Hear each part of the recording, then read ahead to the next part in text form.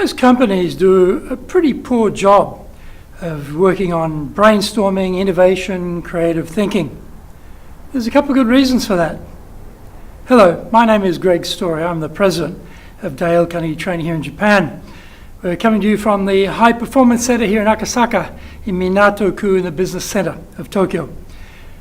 Well, we have lots of brainstorming sessions going on, but it doesn't seem to produce much.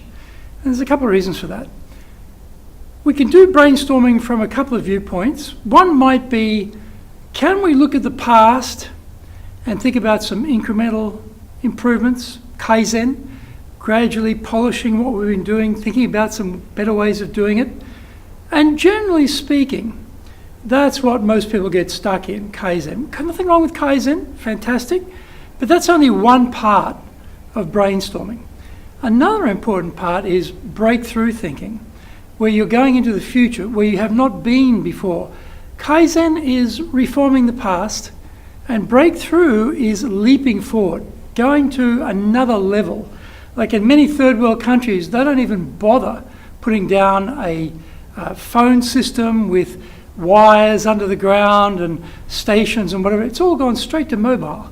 That's a leap forward. It's the same type of idea. How could we break through in our business and go to another level in the future, which would jump steps maybe that our competitors are investing money in today?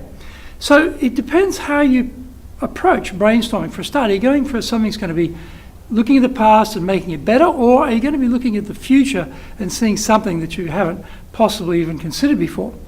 So that's one thing to think about. The other thing is the way we do it. Now, in my experience in business, it's always been like this. Okay, we're going to do some brainstorming. The boss has got the pen. The boss has got the whiteboard. Okay, give me some ideas. And then you put out ideas, and then the ideas are judged right there and then. No, we tried that, didn't work. Don't like that idea so much.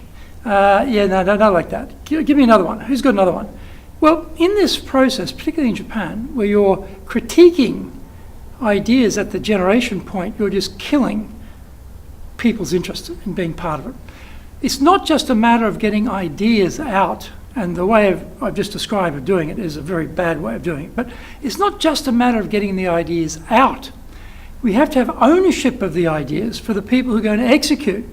If the boss wants to come up with all the ideas by him or herself, okay, do that and just tell people what to do.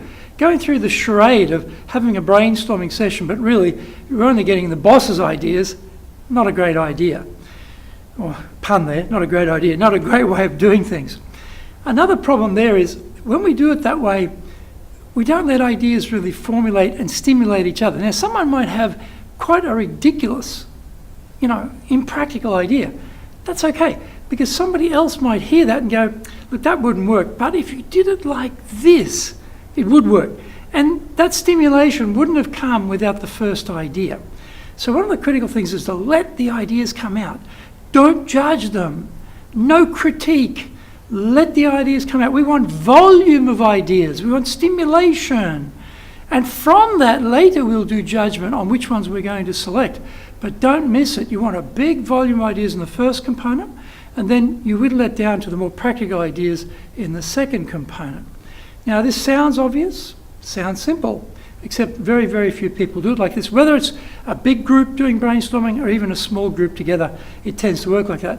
Another thing to remember too is you've got to give people time.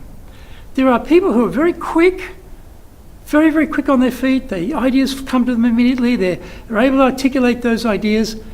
And in that scenario I described before of the boss with a pen and critiquing ideas, those people who are very quick and who are also very loud tend to get all of their ideas onto the whiteboard.